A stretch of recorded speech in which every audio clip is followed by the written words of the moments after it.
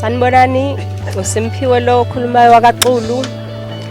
Ezwathi namhlanje sihlangene ngomemulo kadadewethu uKholiwe ingane kamalume wami. Ngoba nje sila sizojabula ngakho konke ongakucabanga. Siyafisa nje ukuthi lokho akwenzile umalume kuyinto enhle kithi, sijabulile futhi ngayo yonke indlela. Siyafisa futhi ukuthi nabantu nje beqhubeke bebe kahle bonke sibe right.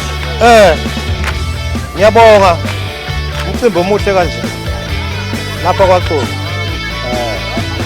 Enganeni yomfowethu sithathe igxathi lenze ukuthi ibe intombi. Njengamanje siyapheka la njengamanje.